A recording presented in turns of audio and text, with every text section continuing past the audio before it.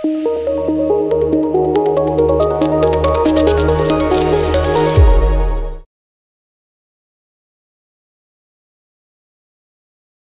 viewers, Namaste.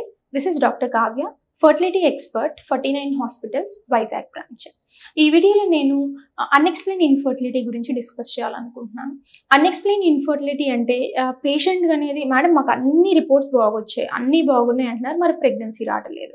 It's $100 question. ఎందుకు pregnancy రావడం లేదు అంటే, సో బేసిక్ ఇన్వెస్టిగేషన్స్ అన్ని కపుల్స్ మన దగ్గర చేయించుకుని వస్తారు. లేదు ఒక 3 to 4 years అవుతుంది మ్యారేజ్ అయ్యి, బయట హాస్పిటల్స్కి వెళ్ళి ఉంటారు.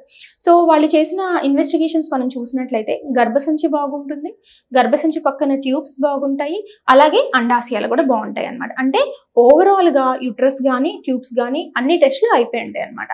ఈ టెస్ట్లో ఏమీ కనిపించవు. At the same time male factor అంటే మగవాళ్ళలో కూడా బర్త్లో ఏమైనా లోపం ఉందో లేదని చెప్పేసి బేసిక్ టెస్ట్, సెమెన్ అనాలిసిస్ అవన్నీ చేయించుకుంటారు. వాటిల్లో కూడా ఎటువంటి లోపం కనిపించదు అనమాట. అయినా సరే ప్రెగ్నెన్సీ అనేది రాదు. సో ఇట్లాంటి పేషెంట్స్కి ఏ రకమైన ట్రీట్మెంట్ అనేది చేయాల్సి వస్తుంది? వాళ్ళని న్యాచురల్గా ట్రై చేయమని చెప్పాలా, లేదు అంటే IUI పద్ధతి, IVF పద్ధతి ఏమైనా చేయాలా అని. అన్ఎక్స్ప్లెయిన్ ఇన్ఫర్టిలిటీ అనేది చాలా స్టడీస్గా like so many guidelines have come అండి. So not only in India, European కంట్రీస్లో కానీ అమెరికన్ కంట్రీస్లో కానీ గైడ్ లైన్స్ అనేవి ఫామ్ చేశారు. అన్ఎక్స్ప్లెయిన్ ఇన్ఫర్టిలిటీతో సఫర్ అవుతున్నారు పేషెంట్స్, రిపోర్ట్స్ అన్ని నార్మల్గానే కనిపించి కరెక్ట్గా టైం ప్రకారం ట్రై చేస్తున్నా సరే ప్రెగ్నెన్సీ అనేది వాళ్ళు కన్సీవ్ అవడానికి రావలేదు అంటే వాళ్ళకి కొంచెం అసిస్టెడ్ రిప్రొడక్షన్ అనేది అవసరం అనేది పడుతుంది అనమాట. అసిస్టెడ్ రిప్రొడక్షన్ అంటే వాళ్ళు ప్రైమరీగా వెళ్లాల్సిన ట్రీట్మెంట్ వచ్చేసి ఇంట్రాయూటరైన్ ఇన్సెమినేషన్, అంటే బేసిక్ ట్రీట్మెంట్తో స్టార్ట్ చేయాల్సి వస్తుంది. సో దాంట్లో మనం ఏం చేస్తామంటే ఈ గర్భసంచి అన్ని బాగున్నప్పుడు ఎగ్ పెరుగుతుందా లేదా చూసుకుని ఎగ్ పగిలే టైంకి గర్భసంచి లోపలికి వీరికణాన్ని మనం పంపించడం అనేది జరుగుతుంది. దాన్నే ఇంట్రాయూటరైన్ ఇన్సెమినేషన్ అంటారు. ఇంట్రాయూటరైన్ ఇన్సెమినేషన్కి న్యాచురల్ ప్రెగ్నెన్సీకి రావడానికి డిఫరెన్స్ ఏంటి అంటే, వీరి కణాలు అనేవి కొన్ని డ్యామేజ్డ్ కణాలు ఉంటాయి, కొన్ని నార్మల్ కణాలు అనేవి ఉంటాయి అనమాట. సో భార్యాభర్తలు కలిసినప్పుడు ఈ డ్యామేజ్డ్ కణాలు ఏంటి అంటే నార్మల్ కణాలని సరిగ్గా ట్రావెల్ చేయకుండా ఆపే అవకాశం అనేది ఉంటుంది. సో ఇంట్రాయూటరైన్ ఇన్సెమినేషన్ అనే పద్ధతి ద్వారా సో వీరి కణాలని, మంచి కణాలని, చెడు కణాలని సపరేట్ చేసి బాగా కదలికలు ఉన్న కణాలని గర్భసంచిలోకి ట్రాన్స్పోర్ట్ చేసే పద్ధతినే ఇంట్రాయూటరైన్ ఇన్సెమినేషన్ అంటారు.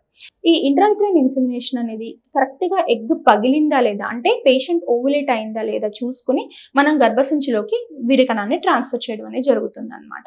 ఇలాగ మనం ఇన్ అండ్ అరౌండ్ 3 cycles దాకా చేసుకోవచ్చు. There are few guidelines 4 to 6 cycles దాకా కూడా అంటారు.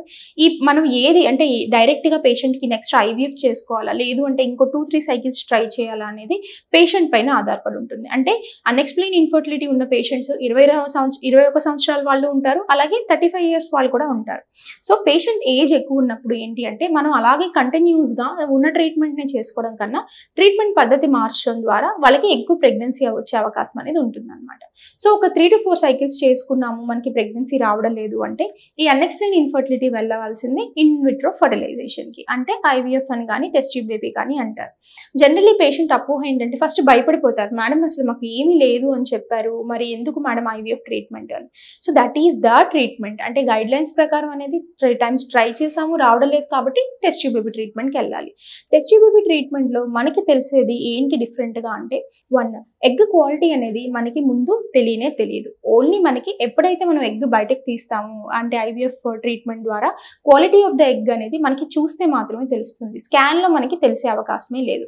ఈ అన్ఎక్స్ప్లెయిన్ ఇన్ఫర్టిలిటీ వాళ్ళకి కొన్నిసార్లు ట్రీట్మెంట్ అనేది చేసి మనం IVF చేసిన తర్వాత ఎగ్ ప్రాబ్లం ఉందని ఐడెంటిఫై చేసే అవకాశం అనేది ఉంటుంది అనమాట. సో ఈ IVF కానీ ICSI కానీ అనే టెక్నాలజీ ద్వారా మనం ల్యాబ్లో ఒక బేబీని క్రియేట్ చేసి వాళ్ళకి గర్భసంచిలోకి బేబీని ట్రాన్స్ఫర్ చేసే అవకాశం అనేది ఉంటుంది అనమాట. సో ఇది అన్ఎక్స్ప్లెయిన్ ఇన్ఫర్టిలిటీ యొక్క ట్రీట్మెంట్.